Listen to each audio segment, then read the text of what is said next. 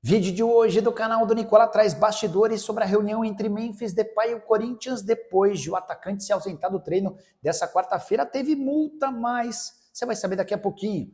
Bora te falar também sobre o São Paulo. Há interesse tricolor em Carabali. Já no Flamengo, depois de arrecadar cerca de 350 milhões, o rubro-negro cogita buscar um reforço de peso e impacto para a janela de julho. Excelente notícia para o torcedor vascaíno. Léo Jardim renovou o contrato e você vai saber todos os detalhes do acordo.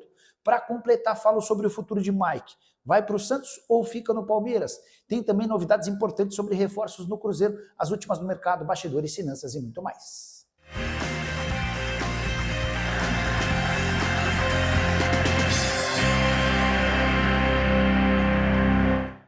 Fala aí pessoal, sou Jorge Nicola, bem-vindos a mais um vídeo do canal, sempre bom ter vocês por aqui, sem perder tempo, pedir para deixar like, se inscrever no canal, ativar as notificações e contar também que criamos recentemente um grupo no Telegram e por lá muita gente tem se dado bem, nosso índice de acerto é de 94%, você não paga nada para participar e por lá a gente vai dando sugestões e dicas de apostas esportivas, não perde a oportunidade, já clica no link que está na descrição do vídeo ou no comentário fixo para fazer parte do nosso grupo, basta acessar, passar no seguir e também ativar as notificações, combinado?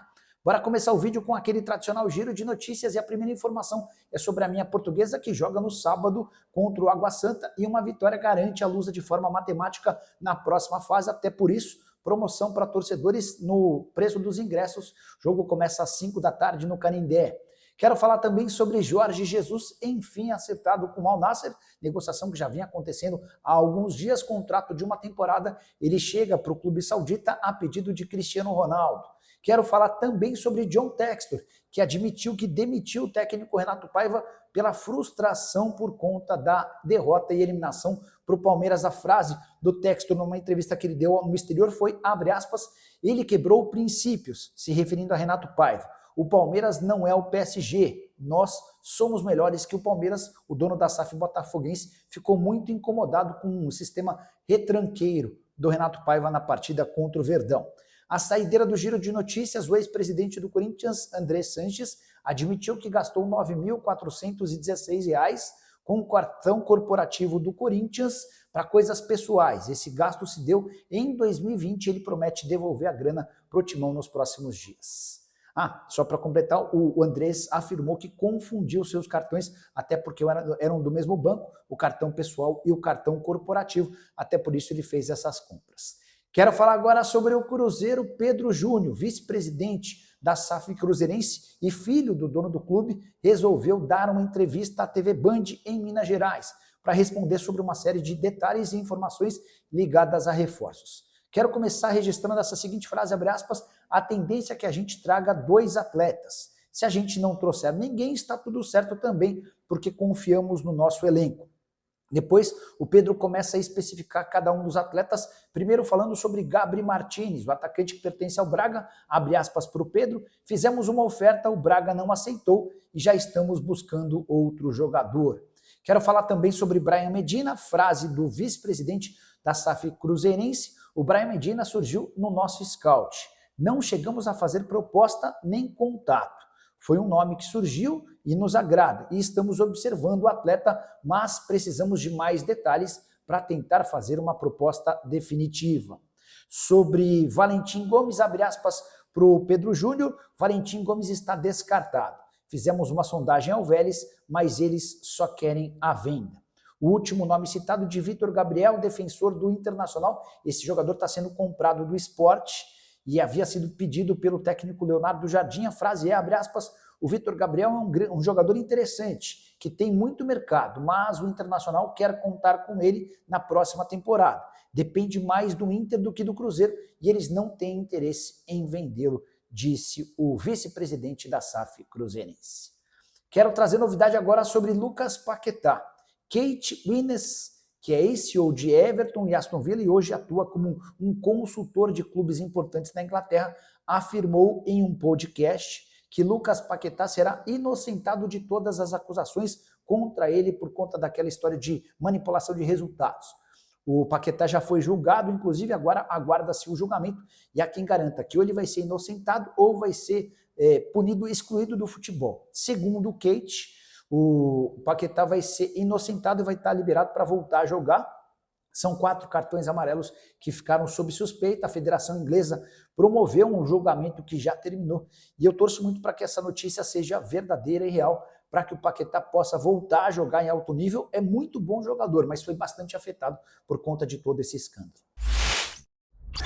Hora de falar sobre Mike, o lateral direito do Palmeiras. Será ou não jogador do Santos? A resposta deve vir nessa sexta-feira, numa reunião marcada entre dirigentes do Verdão e o empresário do Mike, o Fábio Melo.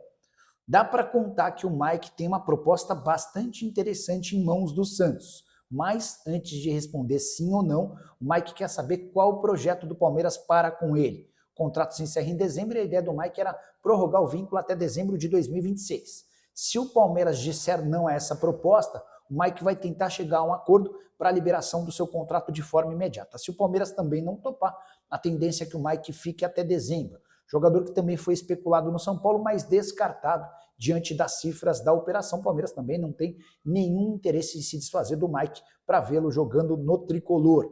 Só para completar informação importante no Palmeiras, dezenas de conselheiros do Verdão procuraram Leila Pereira pedindo que antes da renovação do contrato da Abel Ferreira, o técnico participe de uma sabatina com membros do conselho. Eles querem entender do técnico português o porquê da queda de produção do Palmeiras, mesmo com investimento bem alto em reforços. E eles também gostariam de perguntar ao Abel sobre qual o critério para a contratação de atletas. Há bastante incômodo entre conselheiros do Palmeiras, inclusive de gente da situação ligada à presidente Leila Pereira. Ela ainda não respondeu a esse pedido. Imagino que ela não vai entrar nessa seara, permitindo que o Abel Ferreira passe por um constrangimento como esse, mas gostaria de saber a sua opinião sobre o tema. O que você faria se estivesse na pele da presidente alviverde? Bora responder agora se Carabali, lateral direito de 27 anos de idade, equatoriano, pode pintar como reforço no São Paulo, nome indicado por Hernan Crespo. O argentino quer muito a contratação de um lateral direito, ele entende que só o Cédric Soares para o restante da temporada não será suficiente. São Paulo fez uma consulta ao Barcelona de Guayaquil para entender as condições de negócio e para perguntar se o Barcelona toparia um empréstimo até o fim da temporada. A resposta foi não. O Carabali é titular absoluto do Barcelona e só sai mediante proposta em definitivo. O negócio dessa maneira foi descartado. Não existem mais tratativas entre os clubes. Carabali, que foi revelado no Deportivo Cuenca, passou pelo Emelec e chegou ao Barcelona, onde é titular absoluto, 25 jogos, 2 gols e 3 assistências. Hoje ele está avaliado em mais ou menos 700 mil euros, mas seria necessário um investimento um pouco maior. Ainda sobre o São Paulo, contar que Gonzalo Tapia está bem perto de virar reforço do São Paulo, a tendência de um empréstimo de uma temporada ao custo de $100 mil.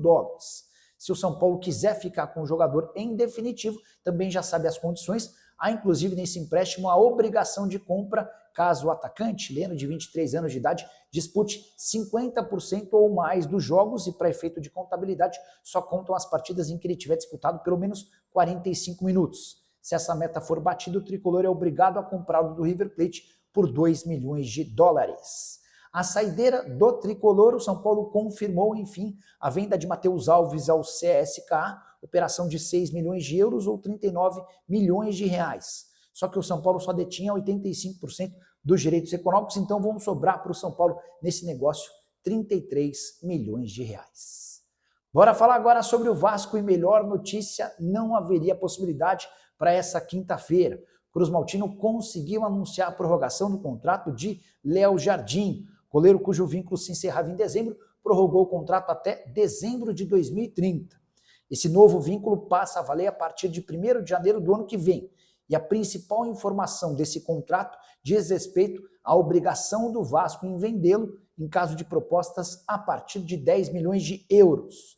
Palmeiras, Cruzeiro ou qualquer outro clube do mundo quiser tirar o Léo Jardim, basta pagar esses 10 milhões de euros e contar com o aval do jogador. O Vasco não pode fazer nada além de aceitar a condição do negócio.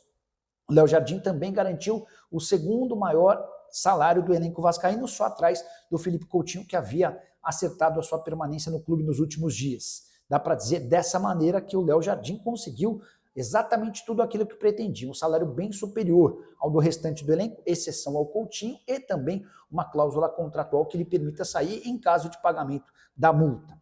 Só para completar, lembrar que o Léo Jardim havia sido contratado do Lille em 2023, 141 jogos e ótimos serviços prestados, até por isso havia chamado a atenção do Cruzeiro e do Palmeiras. Bora falar agora sobre o Flamengo, que viu nos últimos dias a entrada de cerca de 350 milhões de reais em seus cofres. Foram 160 milhões de reais com a transferência do Gerson para o Zenit, dinheiro que caiu à vista, outros 96 milhões de reais com a ida do Alcaraz para o Everton, esse pagamento em parcelas, e tem mais cerca de 90 milhões de reais já livres de impostos pela participação na Copa do Mundo de Clubes. O Flamengo ficou com um pouco mais de 150 milhões de reais pelo avanço nas fases do torneio nos Estados Unidos, mas os impostos vão garantir ao rubro-negro cerca de 90 milhões. Você junta tudo isso e bate quase 350 milhões de reais. E é também por causa disso, e também diante da pressão que vem de fora para dentro, que José Boto, BAP e Felipe Luiz estão trabalhando para uma grande contratação na janela de julho, que se abriu inclusive nessa quinta-feira. Ainda não há um nome definido, mas o Flamengo entende que chegou a hora de fazer esse movimento importante, até porque até aqui todas as contratações de jogadores até interessantes, mais baratos, né? O Danilo e o Jorginho chegaram sem custos, o Juninho foi a contratação mais conturbada, atacante comprado do futebol do Azerbaijão. As três prioridades do Flamengo você já sabe: um meio atacante que jogue com o Arrascaeta ou no lugar dele, um ponta de velocidade, além de um camisa 9. Bora fechar o vídeo para falar sobre Memphis Depay, como foi a reunião entre o Corinthians e o atacante holandês nessa quinta-feira, dia seguinte à sua ausência no treino sem justificativa. Pois bem, Memphis se apresentou antes do horário do treino, que era de 9h30, para pedir desculpa aos jogadores. Depois se reuniu com o presidente Osmar Stabile e com o Fabinho Soldado, o diretor executivo de futebol.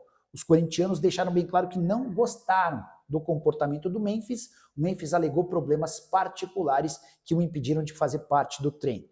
Há suspeita no Corinthians de que o Memphis exagerou na noite anterior e acabou perdendo o horário. Eu acho meio estranha essa história, até porque o treino do Corinthians na quarta-feira foi à tarde. De qualquer forma, o problema foi particularmente ou parcialmente resolvido. Importante dizer que o Corinthians não multou.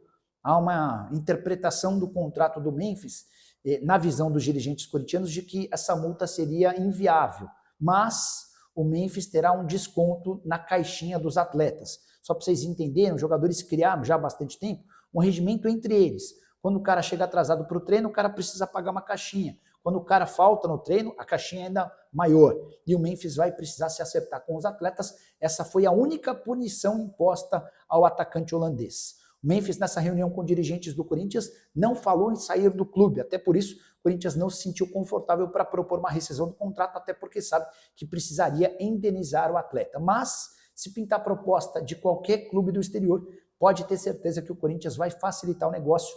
No Parque São Jorge, a intenção ou a interpretação de que Memphis Depay custando 6 milhões de reais por mês é algo completamente fora da realidade do clube. Sozinho, o Memphis ganha mais do que 20% de toda a folha salarial do Corinthians por mês. E você, o que pensa sobre toda essa história? Já usa o espaço para comentário para registrar sua opinião. Só não esquece de deixar like, de se inscrever no canal. A gente se encontra assim que surgir notícia.